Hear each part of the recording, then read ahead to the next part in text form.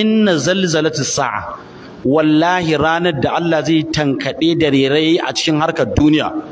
la shay'un azimun al'amarin yafi karfin ku yafi karfin tunaninku. Dakta ya kawo maganar ranar da ruwa za ta dauke, sai manzon Allah sallallahu alaihi wasallam yace a fagen kiyama idan ruwa ya dauke babu wani abu da zai zauna a gidan duniya a gidan lahira illa ma'ul kausar. Abubuwa guda uku za a rasa su a ranar a duniya da lahira sai wanda ya bi Allah ya bi manzon Allah. Ruwan alkausara, babu ruwa sai ruwan alkausara, babu hanya sai hanyar da za a tafi ina gwarin hisabi. Wa'innan suna cikin hanyoyin, sannan babu inuwa kamar yadda hadisin Imam al-Bukhari ka a cikin Kitabul Iman. Babu inuwa da dan adam zai samu face wanda ya ji tsoron Allah a duniya, a lahira sai Allah ya shimfida masa wannan. Shi yasa sai Allah ya ce yawma tarawnaha tazhalu kullu murdi'atin amma arda'at wa tad'u kullu zatin hamlin hamlaha wa tara an-nasa sukara wa ma hum bisukara walakinna 'adhaballahi shadid. In an je fagen kiyama yanda ƴan kwallo suke cewa daga kai sai gola, to yanzu daga kai sai masifar aikinka kafin kai tafiya zuwa wurin Allah. To idan aka je yawma tarawnaha, ranar za ta zo za ku ganta da idan ku,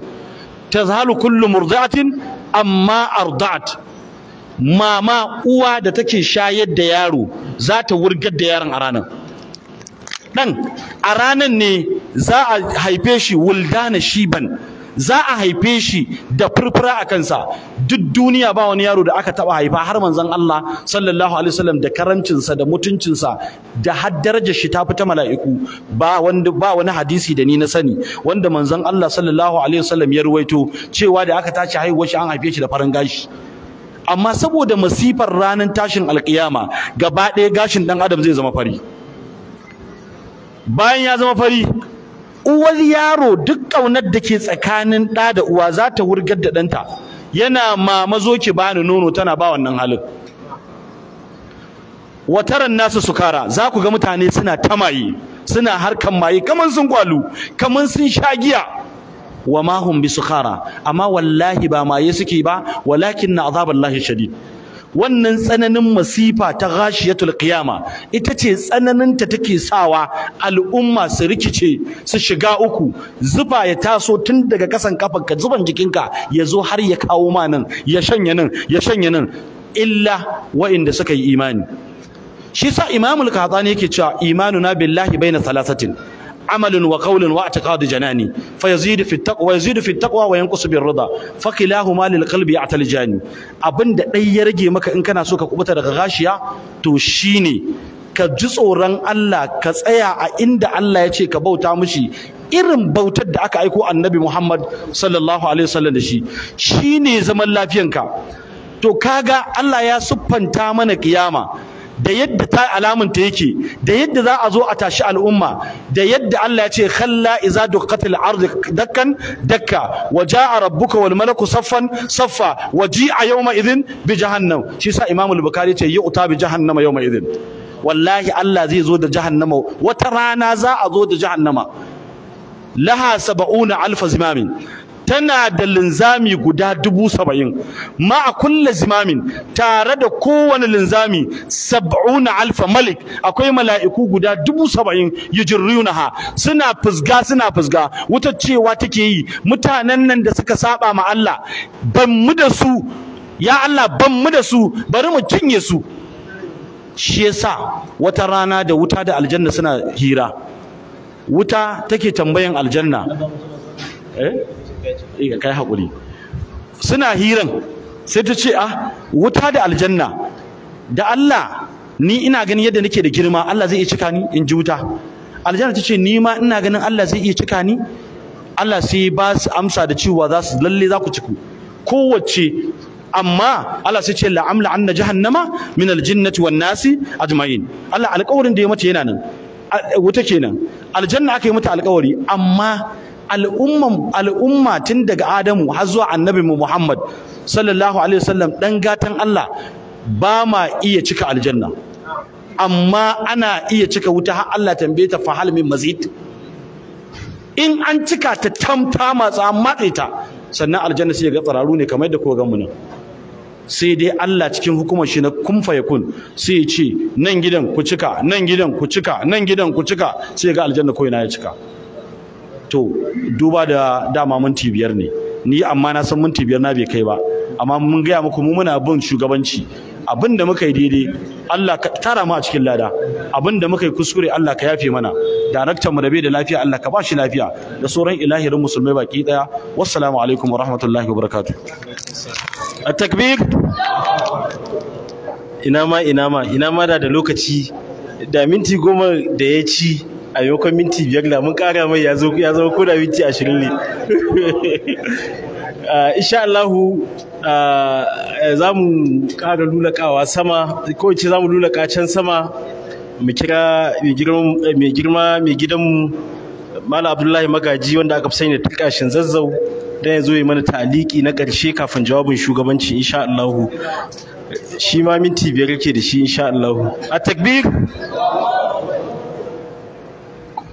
ba zan ce komai akan mai girma Tilkashin Zazzau ba sai in ya riga ya kammala nashi insha Allah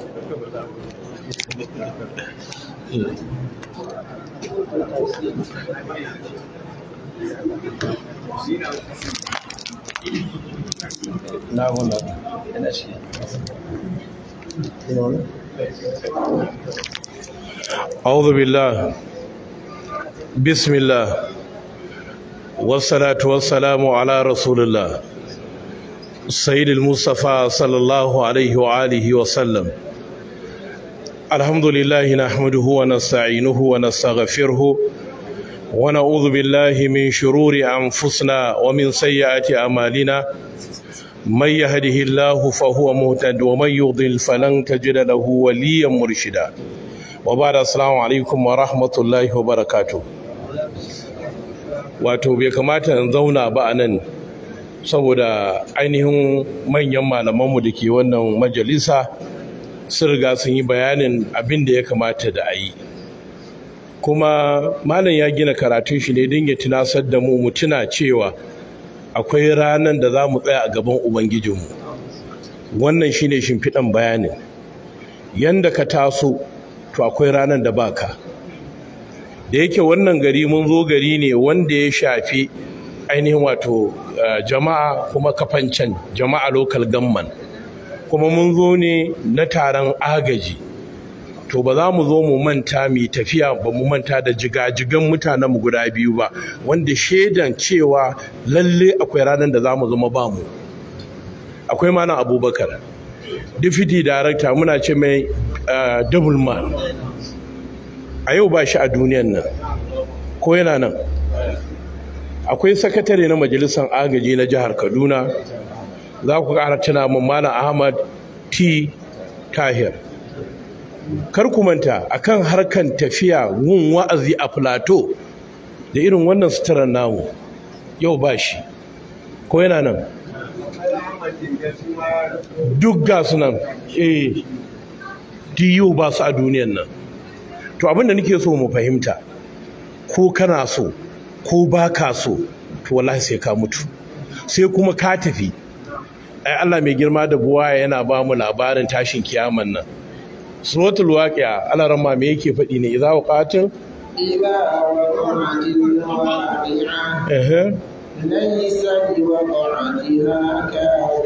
to kanan idan kana tunanin cewa ma ƙarya ne to laisa liwaqa'atiha kadhiba wallahi idan ta zo mai faruwa za ta faru kuma za ta farin kuma za a tafin to me ka shirya wannan shine abin da malam yake ne mai karantar da mu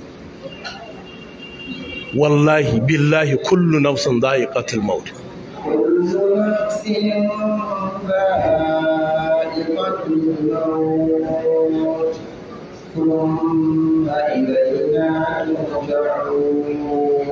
kullu nafsin dha'iqatul maut kowace rai da kuke sani kowace irin rai idan aka ce rai ba ana maganar mutane kai da kake ganin kanka ba kwarkwata da wannan kwaran da yanzu ya dame ni na buge shi haka buge shi da nayi gashi har yanzu yana ta wushi shi ne to kaga ya tashi ko to yanda ya cuce ne ya tafi sai ya mutu shi da kuna fahimta to shi ma zai tafi. Shi yasa aka ce maka nafs, ba wai mutum wanda kake ganin shi a kullum ba. Idan kuma aka mutun nan sai an yi tashin kiyaman, abinda malam yake so ba nuna mana tashin kiyaman nan rikici ne ke wajen,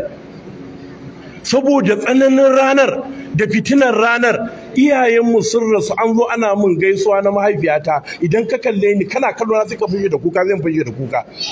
Matata ta rasu, an same ni muna haɗa ido, ina kuka tana kuka, ai masu mun gaisuwa suna kuka.